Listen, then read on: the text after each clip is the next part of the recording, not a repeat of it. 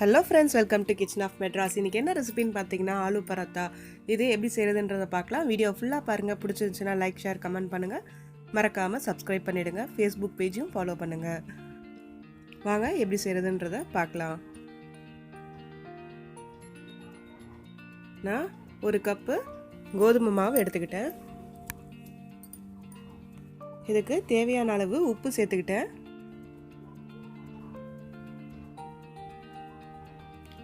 இப்போது 2 ஸ்பூன் எண்ணெய் விட்டுக்கலாம். நார்மல் சமையல் எண்ணெய் விட்டுக்கோங்க. இப்போது தண்ணி மிக்ஸ் பண்ணுறதுக்கு நல்லா பிசைஞ்சு எடுத்துக்கலாம்.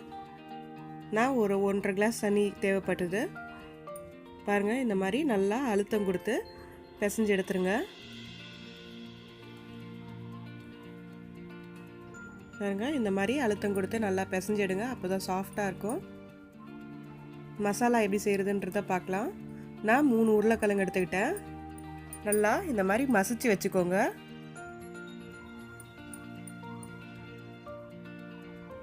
இப்போது கொஞ்சம் வெங்காயம் சேர்த்துக்கிட்டேன். நான் பாதி வெங்காயம் எடுத்துக்கிட்டேன். மிளகாய்த்தூள் 1 ஸ்பூன் சேர்த்துக்கிட்டேன். உப்பு தேவையான அளவு. கரம் மசாலா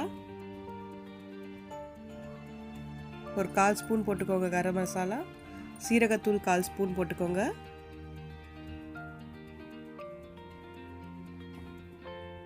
அவ்வளோதான் நம்ம மசாலா. எல்லாத்தையுமே நம்ம மிக்ஸ் பண்ணி எடுத்துடலாம். இது நீங்கள் 2 பராத்தா சாப்பிட்டாலே ஒரு ஃபில்லிங்காக இருக்கும். பாருங்கள், இந்த மாதிரி நல்லா மிக்ஸ் பண்ணி எடுத்துருங்க.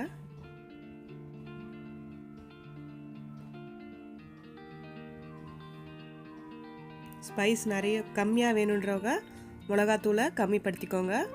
நான் 1 ஸ்பூன் போட்டிருக்கேன். நீங்கள் 1/2 ஸ்பூன் போட்டுக்கலாம். பாருங்கள், ஒரு மாவு எடுத்துக்கிட்டேன். இந்த மாதிரி நல்லா எட்ஜஸை நல்லா பிடிச்சி விட்டிங்கன்னா இந்த மாதிரி நல்லா ஸ்ப்ரெட் ஆகும். இந்த மாதிரி கப்பு மாதிரி ஃபார்ம் ஆகிடும். பாருங்கள், அதுக்குள்ளே நான் அந்த ஸ்டஃபிங்கை வைக்கிறேன். உருளைக்கிழங்கு ஸ்டஃபிங்கை இதுக்குள்ளே வச்சிடலாம். வச்சுட்டு எல்லாத்தையுமே இந்த மாதிரி சீல் பண்ணி எடுத்துக்கோங்க.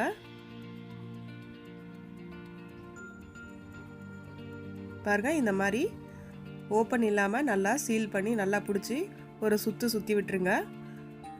இந்த மாதிரி நல்லா ஸ்ப்ரெட் பண்ணி விட்டுட்டு நல்லா இந்த மாதிரி தட்டி விடுங்க. கொஞ்சம் மாவு எடுத்து மேலே டஸ்ட் பண்ணிவிட்டு இந்த மாதிரி தட்டி விடுங்க.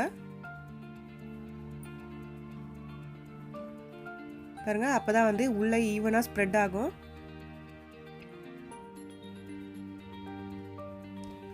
இப்போது திரட்டிடலாம். எடுத்தோடனே திரட்டிடாதீங்க. உள்ளே இருக்க மசாலா எல்லாமே வெளியில் வந்துடும். ஃபஸ்ட்டு கையில் தட்டி விடுங்க. கையில் கொஞ்சமாக அது மாதிரி ஸ்ப்ரெட் பண்ணி விட்டிங்கன்னா அதுக்கப்புறமா நீங்கள் இந்த மாதிரி திரட்டி விட்டிங்கன்னா நல்லாயிருக்கும். உள்ளே இருக்க ஸ்டஃபிங்கும் வெளியில் வராது. பாருங்கள், அவ்வளோதான் நம்ம ஆலு பராத்தா ரெடி ஆகிடுச்சு. அவ்வளோதான், தவால போட்டு எடுத்துடலாம்.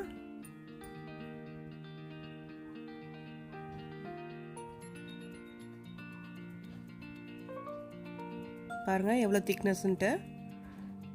இது அழகாக நம்ம தவால போட்டு எடுத்துடலாம். இந்த மாதிரி கொஞ்சம் ஸ்டஃபிங்ஸ் வெளியில் வந்தாலும் ஒன்றும் பிரச்சனை இல்லை.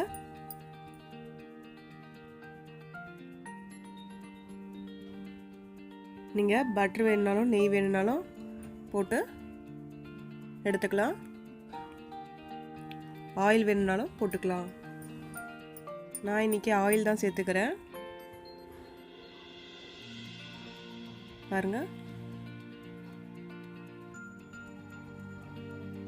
இந்த மாதிரி மீடியம் ஃப்ளேமில் வச்சு நல்லா இந்த மாதிரி பெரட்டி போட்டு சுட்டுடுங்க.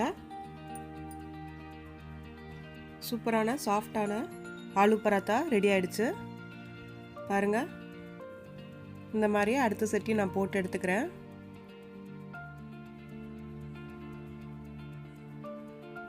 அவ்வளோதாங்க, நம்மளுக்கு சாஃப்டான ஆலு பராத்தா ரெடி. இதுக்கு சைடிஷ்ஷே வேணாம். நம்ம வெறும் ஊறுகாய் வெங்காயம் வச்சு கூட சாப்பிட்டுக்கலாம். தேவைப்பட்டால் நீங்கள் செஞ்சுக்கோங்க. நான் இன்றைக்கி குருமா வச்சுருந்தேன். குருமா இருக்குது, தயிர் இருக்குது. ஊறுகாய் இருக்குது, வெங்காயம் இருக்குது. இதில் நீங்கள் எது வேணாலும் வச்சு சாப்பிடலாம்.